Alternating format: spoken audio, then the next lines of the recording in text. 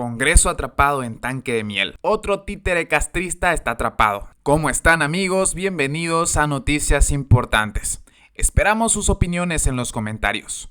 Comenzamos. La discrepancia es saludable, salvo cuando paraliza la siempre complicada tarea de gobernar un país sin cultura tolerante y arruinado económicamente, pero urgido de democratización. El presidente Miguel Díaz-Canel Bermúdez tendría que arremangarse y acometer las reformas políticas y económicas necesarias y urgentes que demanda la crisis sistemática de Cuba, pero está encontrando más dificultades que las deseadas para avanzar en temas tácticos como la liberación de presos políticos y el arreglo con la administración de Biden. El núcleo duro pretende resistir con su habitual bobería solemne, cuando la nación necesita que la excarcelación de los presos políticos sea el primer escalón de la transición pacífica a la democracia, despenalizando la discrepancia política, suprimiendo el eslogan de enemigos y renunciando a acumular nuevos presos. Pero si Díaz-Canel no es capaz de liderar la toma de decisiones, fraguando los consensos necesarios dentro y fuera de Cuba, lo más saludable para el país y el presidente es que dimita, aún sabiendo que solo cenizas dejaron Raúl Castro y Machado Ventura con su abrasiva política de cuadros. La discrepancia entre sectores del tardocastrismo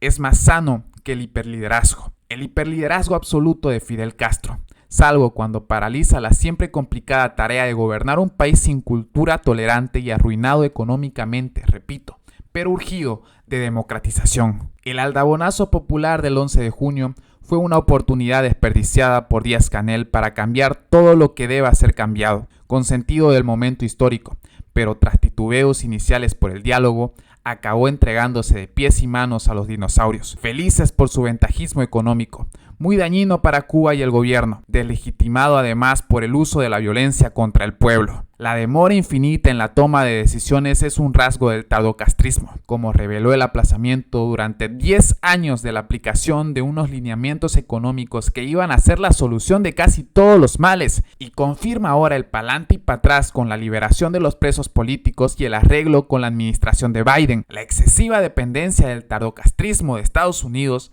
también complica la travesía presidencial, pues el ala dura ha repetido tantas veces su mentira que la bronca a muerte es con Washington, que ha acabado creyéndosela y usándola como amenaza latente ante los renovadores. La colaboración bilateral de carga data en varios ámbitos, incluidos terrorismo, narcotráfico y contrabando humano, pero unidos por la fatuidad de sentirse importantes ante la prolongada desgracia de un pueblo noble y machacado. Ningún observador sensato entiende que la dictadura más vieja del occidente conserve capacidad de interlocución con Estados Unidos, pero parezca incapaz de dialogar con los cubanos, justamente descontentos por la incrementada represión política y la haitianización de Cuba. El gobierno cubano se ha quedado aislado en la región, haciendo piña con las dictaduras de Venezuela y Nicaragua, provocando que la izquierda regional siga tomando prudencial distancia de los delirios de La Habana y sus socios, con mayor o menor intensidad. López Obrador, que no es de izquierda pero finge, Lula, Boric, Fernández,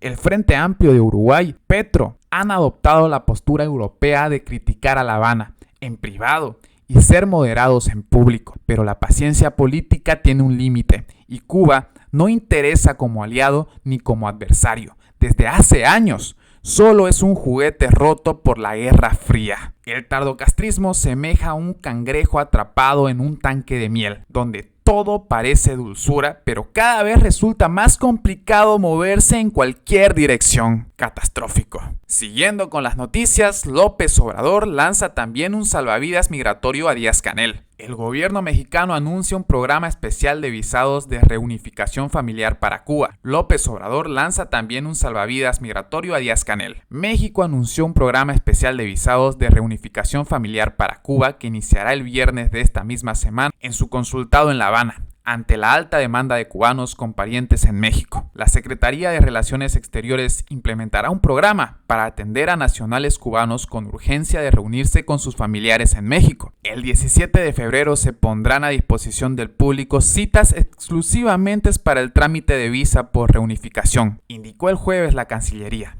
Las solicitudes funcionarán con un número único de trámite, NUT, autorizado por el Instituto de Migración, para que los interesados comparezcan entre abril y junio del 2023. Para acceder al trámite será necesario registrarse en el sitio citascuba.sre.gov.mx, dispuesto para las peticiones de los residentes en la isla interesados en viajar al país vecino. La Cancillería recordó que las citas son gratuitas, personales e intransferibles y se asignarán según el orden en que hayan sido solicitadas hasta agotarse. Esto debido a las reiteradas denuncias hechas por los cubanos por estafas, reventas y corrupción en esos trámites. El programa se anuncia en medio de un incremento exponencial de la migración de Cuba en México, que detectó 41.475 cubanos en situación irregular en 2022. Un 487,55% más que los 7.059 de 2021, según la Unidad de Política Migratoria de la Secretaría de la Gobernación. Además, la Oficina de Aduanas y Protección Fronteriza de Estados Unidos detuvo a un total de 224.607 cubanos en la frontera con México en el año fiscal 2022, una cifra histórica. El éxodo de cubanos en 2022 calificó como el mayor del que se tienen cifras en tan breve tiempo y obligó a Estados Unidos a tomar medidas en su frontera sur y a cambiar la política migratoria para los cubanos, venezolanos, nicaragüenses y haitianos.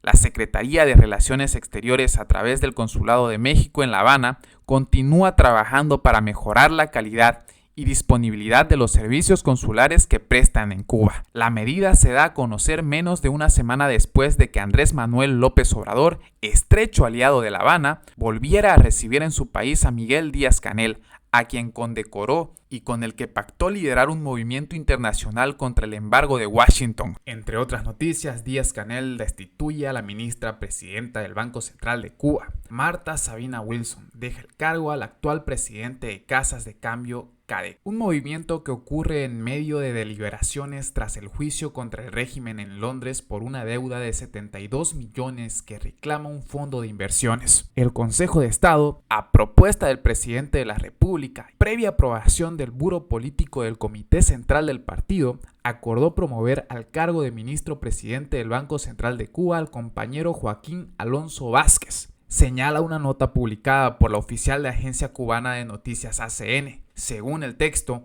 Alonso Vázquez, de 59 años de edad, es licenciado en Finanzas y Crédito, máster en Dirección, Perfeccionamiento Empresarial y ha transitado por diferentes responsabilidades en el sector bancario, como subdirector provisional del Banco Popular de Ahorro de La Habana, director de ahorro en la Oficina Central del Banco Popular de Ahorro, director de créditos de la Casa Financiera de Finanza y mucho más. Según la información oficial, entre el 2000 y 2010 ejerció como vicepresidente de Cubalce para atender la actividad de economía y finanzas. Posteriormente, durante 7 años ocupó el cargo de vicepresidente del Banco Popular de Ahorro, hasta que en 2017 fue promovido al cargo actual. Ha ejercido, entre otras, las responsabilidades como delegado del Poder Popular, vicepresidente de la Asociación Nacional de Economistas y Contadores de Cuba en La Habana, con resultados positivos.